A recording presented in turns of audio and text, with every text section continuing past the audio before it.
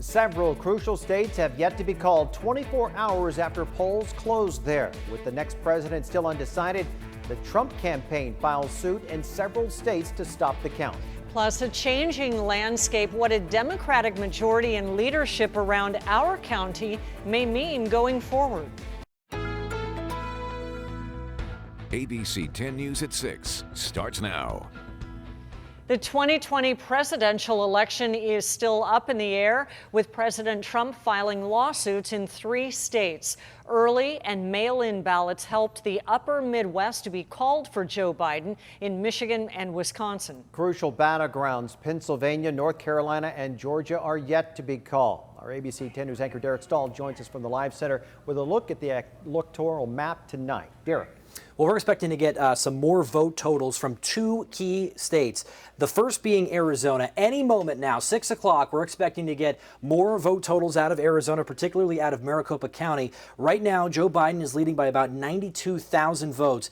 ABC News is estimating that there are about 450,000 mail-in ballots still left to count out there. President Trump would need to win those mail-in ballots by about 21 points to flip the result. Right now, Biden in the lead. The other state we're looking at right now is Georgia. Donald Trump in the lead out there, but his lead has been shrinking all throughout the day. He was up 83,000 votes this afternoon. That dropped to 47,000 votes by this evening. It's now around 39,000 votes. It's because a lot of votes are coming in from the Atlanta suburbs, particularly Fulton County and DeKalb County. Fulton County is the place where they had that pipe burst yesterday, and it really slowed down the counting process. Now, one more state to mention real fast is Nevada. We do not expect any more results out of Nevada until early tomorrow morning. Right now, Joe Biden with about a 7,000 vote lead. Derek Stahl, ABC 10 News. Derek, thank you. The Trump campaign has filed lawsuits in several different states to stop the ballot counting. Our ABC 10 News reporter Adam Mercuzin spoke with legal experts about the arguments and joins us now with the chances this election could end up before the country's highest court. Adam. Yeah, and experts say they don't believe that the Supreme Court will stop the ballot counting. What they think could happen is potentially later on the Supreme Court could decide that particular types of ballots are invalid. Meanwhile, late this evening, another lawsuit filed, this one in Georgia. With ballots still being counted and several states undecided, the fight over results may move from the polls to the courts. The Trump campaign saying they filed lawsuits to stop ballot counting in Michigan and Pennsylvania. On Tuesday night, the president threatened to take the election battle to the Supreme Court.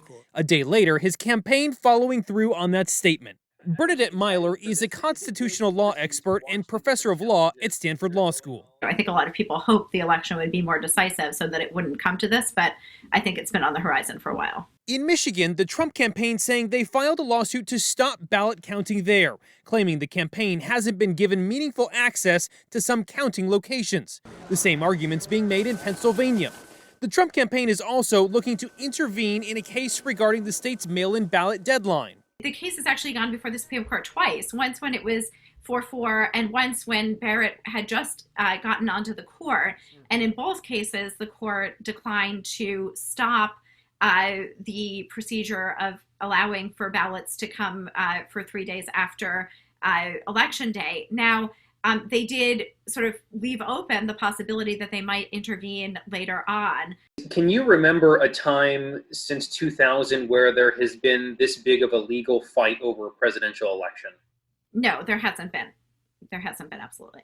The court saying hand counts. 20 years ago, it took more than a month and a contentious court battle to decide the outcome of the election between Al Gore and George Bush. It was never intended to be precedent.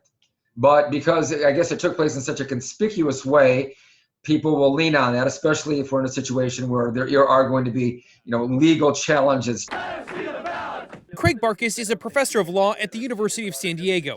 I asked him if the country could see a similar type of situation. You can draw some parallels here as to, well, how willing are courts going to be, is the Supreme Court going to be to insert itself into this situation?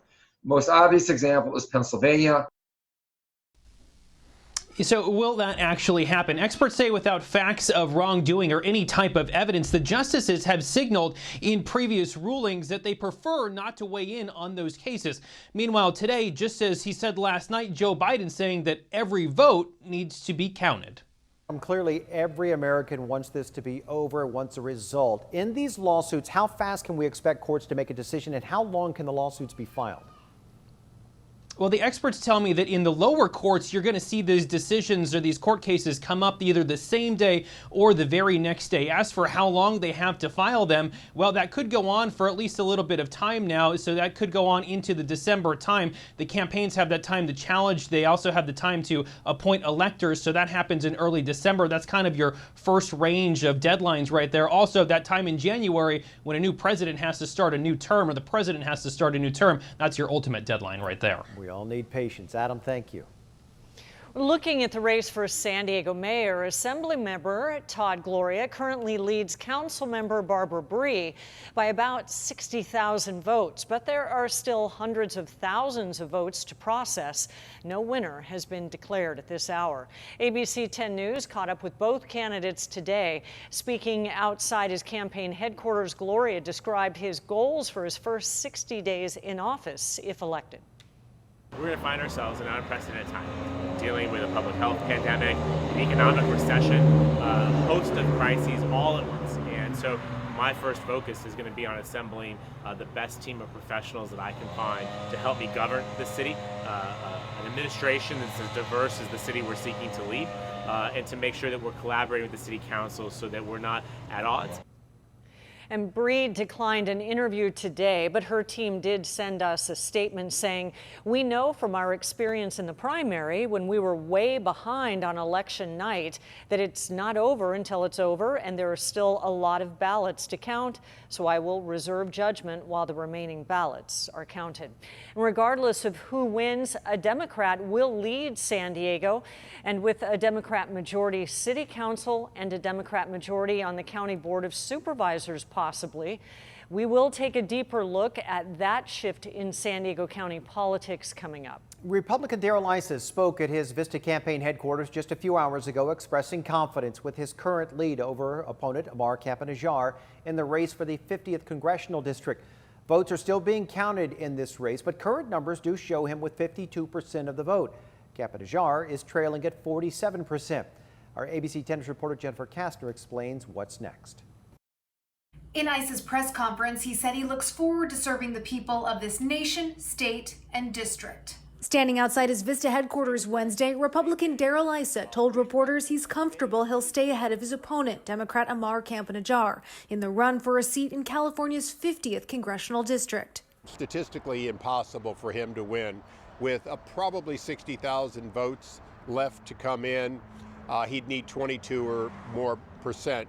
Issa is a veteran politician looking to return to Congress after a 2-year hiatus. He represented coastal North County's 49th district until 2018, but decided not to run for re-election as that district turned blue. I've already spoken with congressional leadership, and I'm prepared and planning to go back to what will be a very unusual freshman orientation for somebody with 18 years. ABC 10 News spoke to Campa late Tuesday after polls closed, when early returns showed that he and Issa were still neck and neck. Obviously, we know we've had a strong campaign that put people before politics and country over party, and it's showing in this ruby red district. We're transcending partisanship. The 31-year-old has continued trying to flip the historically red district, which spans parts of East, North, and Riverside counties. He previously lost to former Congressman Duncan Hunter, who resigned this year after pleading guilty to a felony campaign fraud charge. Wednesday, Campa's office sent a statement reading in part, "We're still looking at the returns with a measure of hope and urge every last vote to be counted." ABC 10 News reached out to Campa's office Wednesday for an interview, but our request was declined. Jennifer Kastner, ABC 10 News. Results are still coming in. We'd like to bring in Dr. Kira Green with the Center on Policy Initiatives. She has been helping us to dig into the races and the results throughout this election season. Thank you, Dr. Green, for joining us once again. And in the presidential election, Joe Biden is currently leading in the electoral vote. States that previously went for President Trump in 2016, Michigan and Wisconsin, have now been called for Biden. Based on what has been called at this point, and where the votes are still being counted, what are the paths to victory for both candidates? Well, this is an election where the President of the United States absolutely needs the state of Pennsylvania if he has a pathway back to the White House. Without that, even if we give him the 3 votes from Alaska, which is pretty expected, this is a tough go for him. He has to get Pennsylvania. Whereas Vice President Biden does have multiple pathways, even without Pennsylvania. If he continues to hold leads in Arizona and Nevada, he can win with those, and he can win with a mix of other things. Obviously, Pennsylvania alone would put him over the total. So this is a race that's gotten much better for Joe Biden. And here in San Diego, Assemblymember Todd Gloria currently holds, as we've shown here, about a 61,000 vote lead over Councilmember Barbara Bree. The Register of Voters says that it still needs to process about 370,000 votes. So it's not clear how many of them are from the city of San Diego, but could Bree still narrow this race? I think this is a possibility. It's, obviously the lead is quite large for Todd Gloria, but we know 2 things. We know that it's important. We've seen this across the country, that counting every vote matters. It's not just in these kinds of cases, we don't yet know what kinds of votes are going to come in out of this 370,000, and we'll get a sense of how the county's shifting as a whole and a clearer sense of what those votes are. The other thing is that Barbara Bree has a history. She won her council races by coming from behind. She's seen this happen in the primary. So there's a reason to look at her track record and say that's a possibility of a big comeback. Looking at the 50th congressional district, it is still competitive as well. The numbers closer to a poll that we conducted about a month ago rather than the most recent poll, which showed Republican Darrell Issa with a healthy lead, 11% at the time. So even if Camp-Najjar loses, is the 50th shifting to be a more competitive political battleground? I think that has to be something that we assume at this point. I mean, at the very least, Mark Camp-Najjar has shown a pathway for folks who are running as Democrats in this district. He's had strong showings both times.